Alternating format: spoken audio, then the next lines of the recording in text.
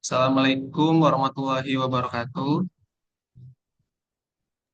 Waalaikumsalam Waalaikumsalam warahmatullahi warahmatullahi wabarakatuh. wabarakatuh. Perkenalkan kami dari kelompok 5 akan mempresentasikan hasil kerja kami yang berjudul Analisis Variance Studi Distribusi F pada klasifikasi satu arah dan dua arah.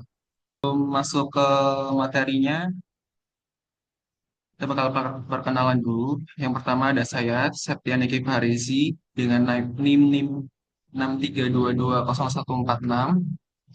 Dan ada teman saya, Vicky Novia Putri, dengan NIM 632200577.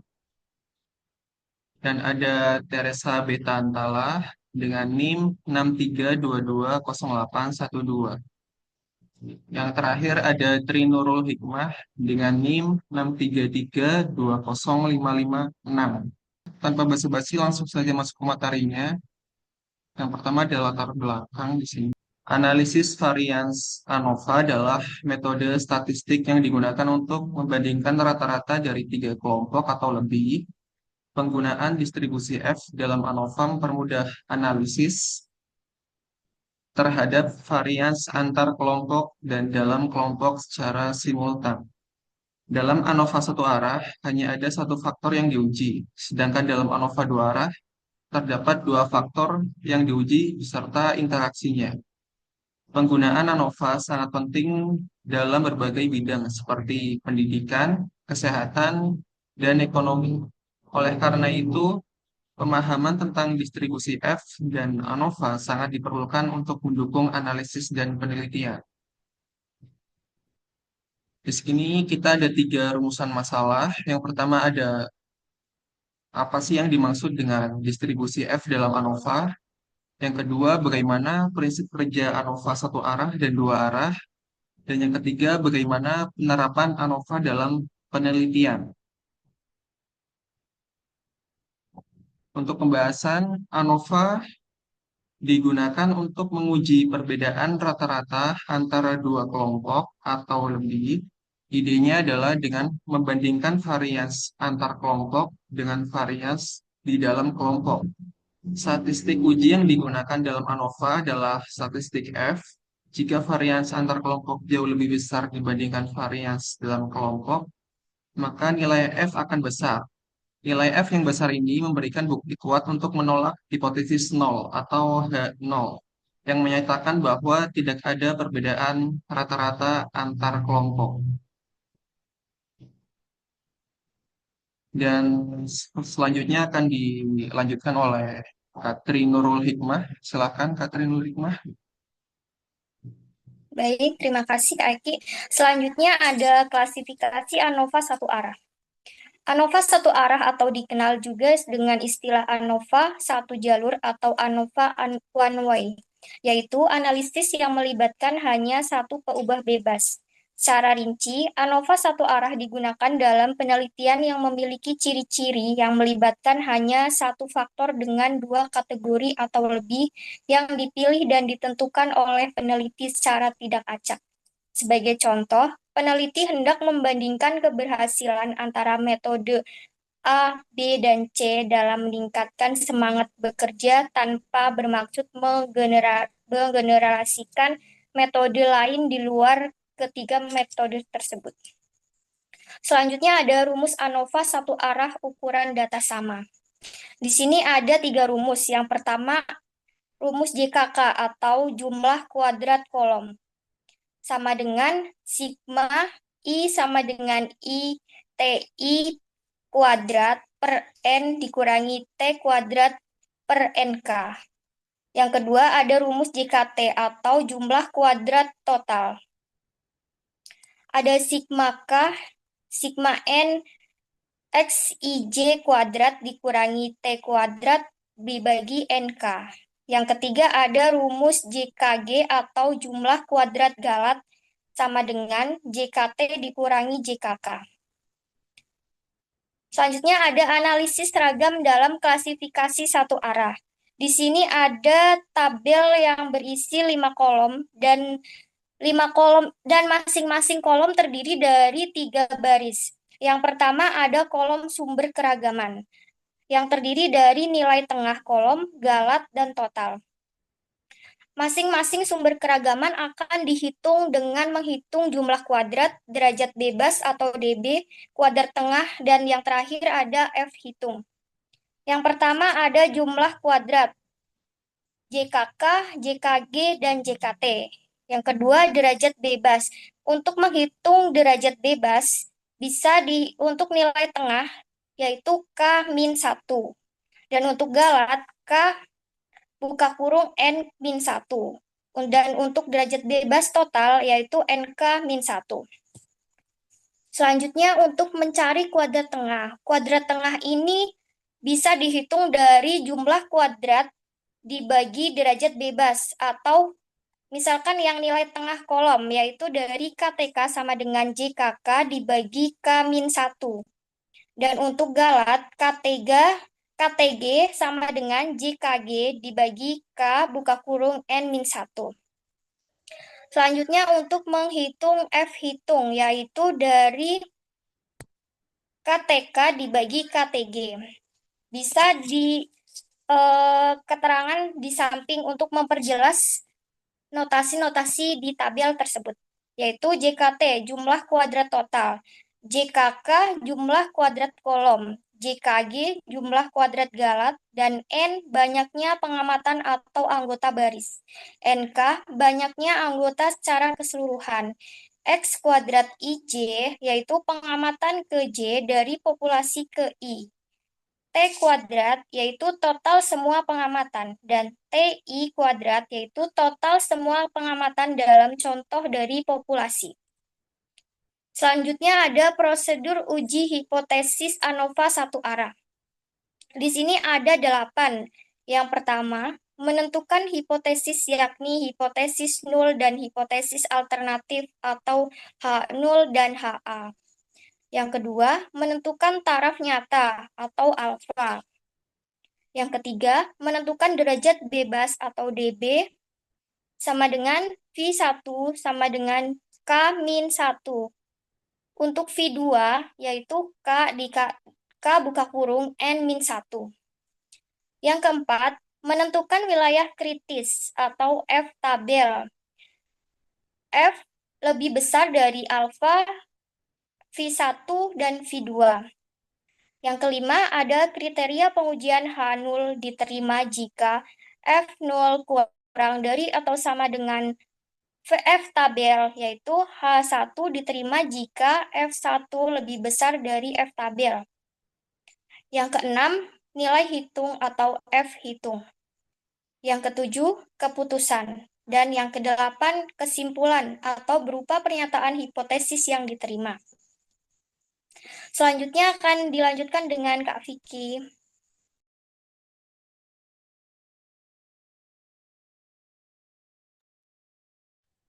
Baik, terima kasih Katri. Saya akan melanjutkan presentasi. Yang selanjutnya yaitu klasifikasi ANOVA dua arah. Klasifikasi dua arah adalah klasifikasi pengamatan yang didasarkan pada dua kriteria. Setiap kriteria dalam pengujian ANOVA mempunyai level. Tujuan dan pengujian ANOVA dua arah ini adalah untuk mengetahui apakah ada pengaruh dari berbagai kriteria yang diuji terhadap hasil yang diinginkan.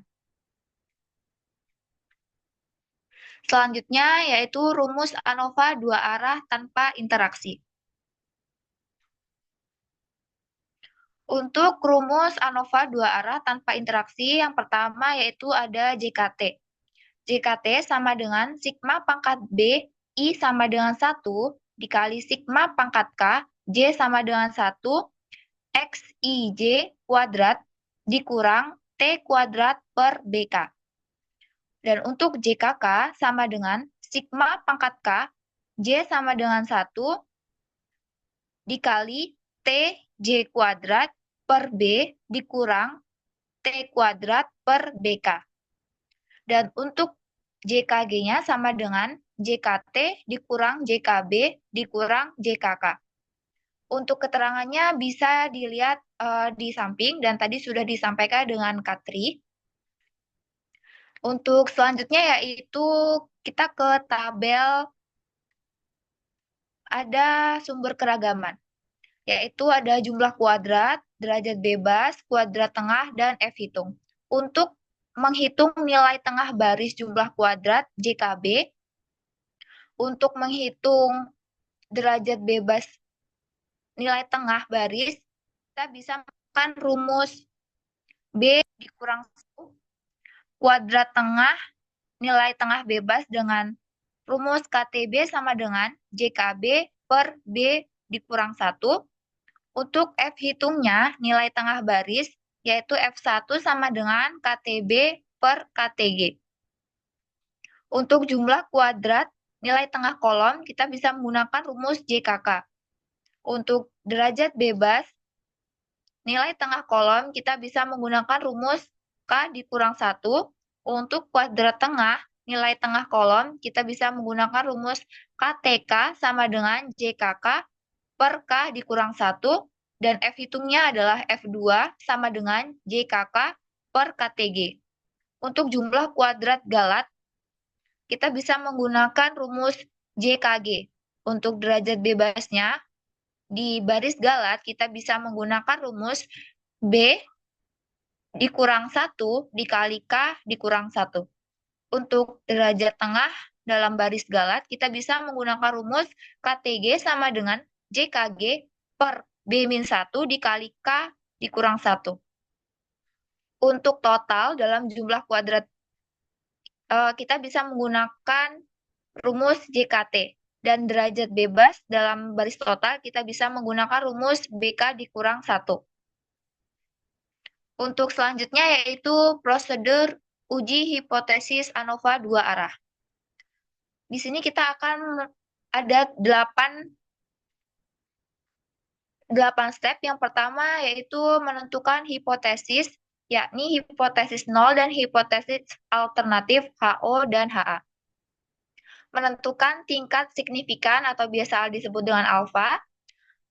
Yang ketiga yaitu menentukan derajat bebas DB dengan baris V1 sama dengan B dikurang 1 untuk V2 sama dengan dalam kurung K dikurang 1 dikali B dikurang 1. Untuk bagian kolom, V1 sama dengan K dikurang 1 untuk V2-nya sama dengan dalam kurung K dikurang 1 dikali B dikurang 1. Yang keempat yaitu menentukan wilayah kritis F tabel jika F lebih besar dari alfa V1 berbanding V2. Untuk yang kelima, kriteria pengujian. H0 diterima jika F0 kurang lebih sama dengan F tabel. Untuk H1 diterima jika F1 kurang dari F tabel. Yang keenam yaitu nilai hitung atau F hitung. Yang ketujuh ada keputusan dan kedelapan adalah kesimpulan berupa pernyataan hipotesis yang diterima. Untuk selanjutnya yaitu ada studi kasus ANOVA 1 arah. Di sini kita bisa lihat di soal ada seorang guru memberikan 3 metode pembelajaran kepada siswanya. Masing-masing metode diajarkan kepada 5 siswa. Hasil tesnya tercatat pada tabel berikut. Untuk kolom pertama itu ada siswa 1 sampai dengan 5. Untuk yang kolom kedua ada metode 1. Untuk kolom ketiga ada metode 2. Untuk kolom keempat ada metode 3. Dan kolom kelima adalah total. Berdasarkan data di atas, uji dengan taraf nyata 5%. Apakah ada perbedaan yang signifikan antara hasil tes pada jenis metode pembelajaran tersebut? Yaitu kita langsung ke penyelesaiannya. Untuk penyelesaian, yang pertama kita melakukan hipotesis. H0 sama dengan rata-rata hasil tes ketiga metode sama. H1 sama dengan rata-rata hasil tes ketiga metode tidak sama. Yang kedua taraf nyata, yaitu alfa sama dengan 0,05. Yang ketiga ada derajat bebas, yaitu V1 sama dengan K dikurang 1 sama dengan 3, dikurang 1 sama dengan 2. Untuk V2-nya kita masukkan nilainya, yaitu 3 dikali 5 dikurang 1 sama dengan 12.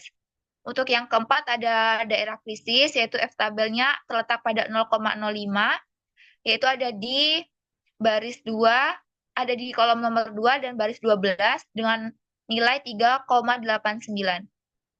Untuk yang kelima yaitu kriteria pengujian. F hitung lebih besar dari F tabel sama dengan tolak HO.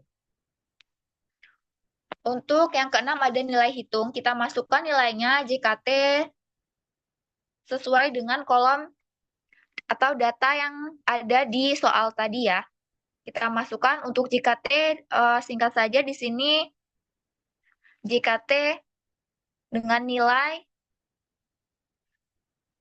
73.646 dikurangi 71.277,0667 sama dengan 2.368,93.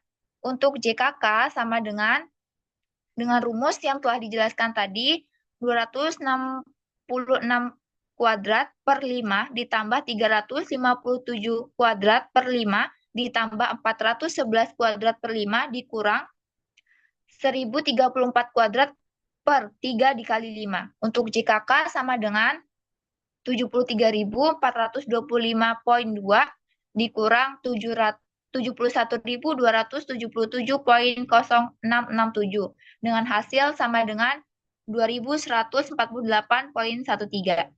Untuk JKG-nya yaitu 2.368,93 dikurang 2.148,13 dengan hasil 220,80. Untuk selanjutnya akan dilanjutkan oleh Kak Tere. Baik, terima kasih Kak Vicky. Selanjutnya, studi kasus ANOVA 2 arah. Berikut ini adalah hasil per hektar dari 4 jenis tanaman dengan penggunaan pupuk yang berbeda. Jadi ada 4 jenis tanaman yang diuji dan ada 3 jenis pupuk yang diuji. Dengan taraf nyata 5%.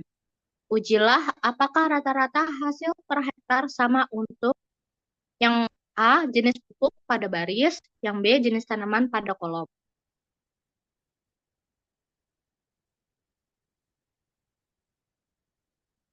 Untuk penyelesaiannya, yang pertama, hipotesisnya terbagi menjadi 2, ada hipotesis baris dan hipotesis kolom. Hipotesis baris, H0 sama dengan rata-rata hasil per hektar dengan 3 jenis pupuk sama, H1 sama dengan rata-rata hasil per hektar dengan ketiga jenis pupuk tidak sama.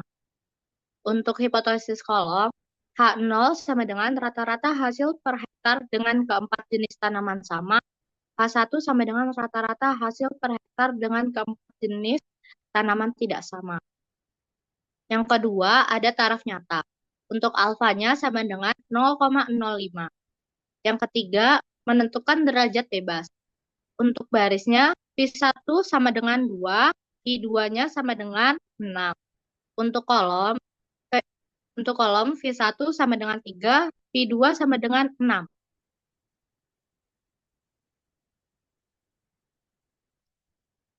Penyelesaian yang keempat, daerah kritis. F-tabel baris A sama dengan 5,14, F-tabel kolom A sama dengan 4,76. Yang kelima, ada kriteria pengujian. Yang pertama, yang A itu pada baris H0 diterima jika F hitung kurang dari sama dengan 5,14, H0 ditolak jika F hitung lebih dari 5,14. Untuk yang B, pada kolom F0 diterima jika F hitung kurang dari sama dengan 4,76, H0 ditolak jika F hitung lebih dari 4,76. Yang keenam, menentukan nilai hitung. JKT-nya sama dengan 30,916. JKB-nya sama dengan 15,166. JKK sama dengan 2,916. JKG-nya 12,883. Selanjutnya di sini ada tabel sumber keragaman. Ada jumlah kuadrat, DB, ada kuadrat tengah, sama ada F hitung. Ada juga nilai tengah baris, nilai tengah kolom, galat, dan total. Untuk untuk untuk hasil di sumber keragaman merupakan hasil dari nilai hitung yang tadi saya sebutkan. Jadi tinggal dimasukkan sehingga menghasilkan F hitung 3,545 untuk nilai tengah baris dan F hitung nilai tengah kolom 0,454. Untuk kriteria keputusannya, yang pertama ada F hitung 3,545 kurang dari sama dengan F tabel 5,14 sama dengan terima H0. Untuk yang B, F hitung 0,454 kurang dari sama dengan F tabel 4,76 sama dengan terima H0. Yang ke-8, kita bisa menarik kesimpulan. Yang pertama, yang A-nya, jadi rata-rata hasil per hektar dengan ketiga jenis pupuk sama. Yang B, jadi rata-rata hasil per hektar dengan keempat tanaman sama.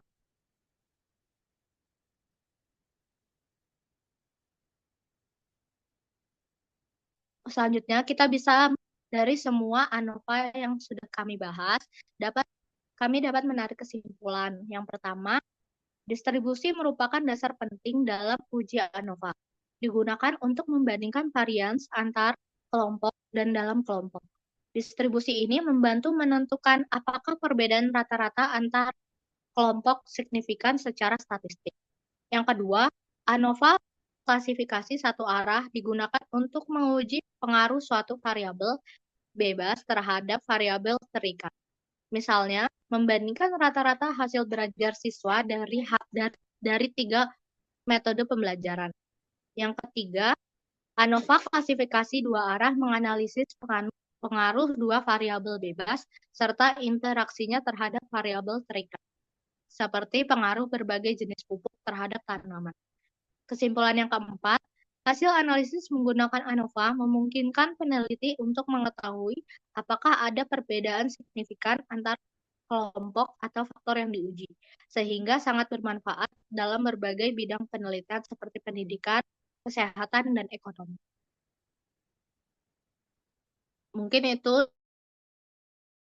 oleh Kak Eki. Terima kasih Kak Tere. Demikian itulah hasil presentasi kelompok kami. Semoga dengan presentasi ini dapat membagikan informasi yang bermanfaat bagi kita semua. Saya tutup sekarang. Terima kasih atas perhatiannya dan terima kasih yang sudah menonton. Untuk Ibu dosen juga, saya tutup. Wassalamualaikum warahmatullahi wabarakatuh.